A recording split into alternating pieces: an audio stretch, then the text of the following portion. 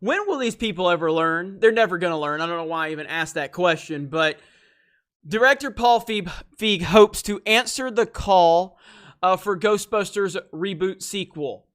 What are you talking about? The movie Wokebusters back in 2016 failed miserably. Why? Because SJWs do not support your business model. And Ghostbusters was so far removed from what it was that nobody even recognized it at that point. See, this is why these studios, they won't create a new universe to have the representation and the diversity and the SJW politics in it, because they know nobody's going to go see it. This is why they constantly want to use pre-existing brands with a huge install base so they can utilize that platform that was built by non-SJW garbage so they can push their SJW garbage into it. Because they know good and damn well nobody's just going to go see a woke movie with no pre-existing mythology or anything.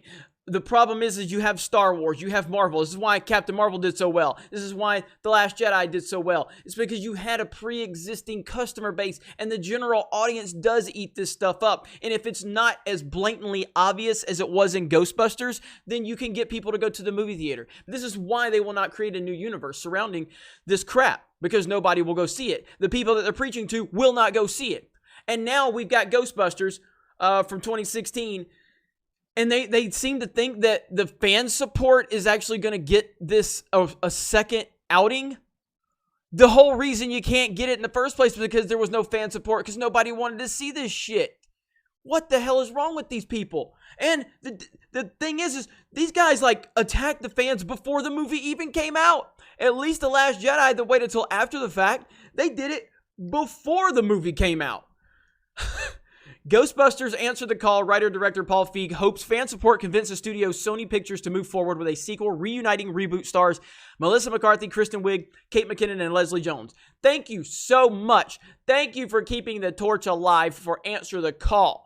Feig told at Kate McKinnon AUS, a 2016 Ghostbusters-centric fan account campaigning for Sony to hashtag Answer the Second Call. We're hoping there's a second call. And if we do get it, it's all because of you. And there he is right there. Feig participated in a panel discussion Saturday at Ghostbusters Fan Fest, hosted on the Sony Picture Studio lot in Culver City, California, where he appeared alongside Ghostbusters and Ghostbusters 2 director Ivan Reitman and Ghostbusters 3 writer-director Jason Reitman.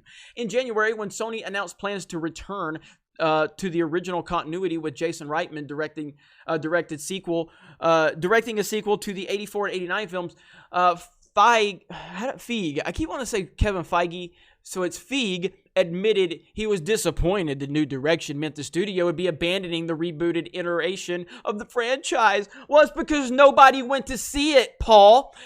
Do you understand how business works, Paul? Your movie lost money. Your movie lost money because you went woke, nobody wanted to see it, and you attacked the fans well before the movie even came out.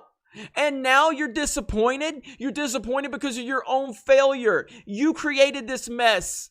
You did this. And now you're going to sit there and play the innocent victim. Oh, I'm so disappointed that I failed miserably. I'm so disappointed that I pushed SJW politics into a pre-existing franchise. I'm so disappointed that I attacked the fans well before the movie came out and they didn't go see it. I'm so disappointed. It's the studio's fault. It's everybody's fault but your own, right, Paul? I even supported this goddamn movie when it was first announced. Yeah. Oh, yeah. That's right. Jeremy from Geeks and Gamers supported an all-female reboot of the Ghostbusters. If you don't believe me, you can go to our old Facebook group and look it up. Because I did. Because I was like, hey, let's give it a shot. It's whatever, man. You know, I mean, we're never getting the original Ghostbusters, so, you know, I like Paul Feig movies. They're pretty funny. I've always enjoyed Melissa McCarthy. And the further this went, and the more they just were calling everybody racist, sexist, and misogynistic, I was like, I'm done with this movie. I'm never going to see this movie ever. I was a supporter of it. I was a supporter of this garbage. And you turned me off because of your attacks on the fans. But it's not your fault, Paul. It's not your fault at all. I'm very open to Jason's new version of Ghostbusters, but I'm also sad that our 2016 team may not get to bust again. We are all, Feige tweeted when defending Jones, who came under fire on social media over her initial response to Reitman's film. We're forever proud of our movie. Feig's reboot faced extreme backlash for rebooting the franchise with an all-female team, bringing back original franchise stars Bill Murray, Dan Aykroyd, Ernie Houston, Sigourney Weaver, and Annie Potts in cameo appearances unrelated to their respective iconic characters. Again, how do you think that's a good idea? How do you think it's a good idea to take such an iconic brand and bring back the stars that made it iconic and not even give them the... Oh my God. I haven't seen the movie, so... Answer the Call earned mostly favorable response from critics. Of course it did. But grossed just over $229 million at the worldwide box office in the summer of 2016.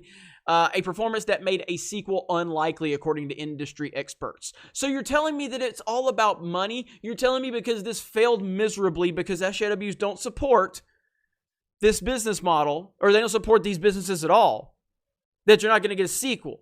So it has nothing to do with it being Hollywood is just, or there's this big overseeing anti-woman brigade that's holding it back. Is basically because SJWs don't support the business model. Yet there's about 15 people on Twitter with the hashtag, and the fans are keeping it alive, according to Paul Feig. These people are nuts. I think, let me see, where's it at? I think it kind of hampered us a little bit because the movie became so much of a cause. Feig previously told Vulture when addressing the hoopla around his female stars. I think for some of our audience, they were like, what the F? We don't want to go to a cause. We just want to watch an effing movie. No shit, Paul. No shit. Anyway, at the end of the day, this movie's not getting made. And I'm happy about that because it doesn't deserve to be made. It doesn't deserve a reboot. It's garbage. It's full of identity politics, and SJWs do not support your business model, and you're never going to learn because all you're going to do is play the victim. You're going to move the goalpost. You're going to find a new reason why you're the victim here, and you're going to find excuse after excuse after excuse, which is very simple why this movie failed, because it was a terrible idea to start with, just like Solo was. It was a terrible idea to begin with, and the fact that you attacked the fans didn't help matters at all. And now you're sitting here with a failure and you're trying to come up with every excuse you can other than looking at the simple reality of the situation. What do you guys think? Let me know in the comments below. Check out geeksandgamers.com. Check out our merch store, geeksandgamers.com/store. And support the site, support the brand by getting you a hoodie, a t-shirt, a hat, a tank top, anything, man. We got some good stuff over there, and we're going to have more stuff coming in the very near future. You guys have a great day. Thank you very much for checking out this video, and we will talk to you later.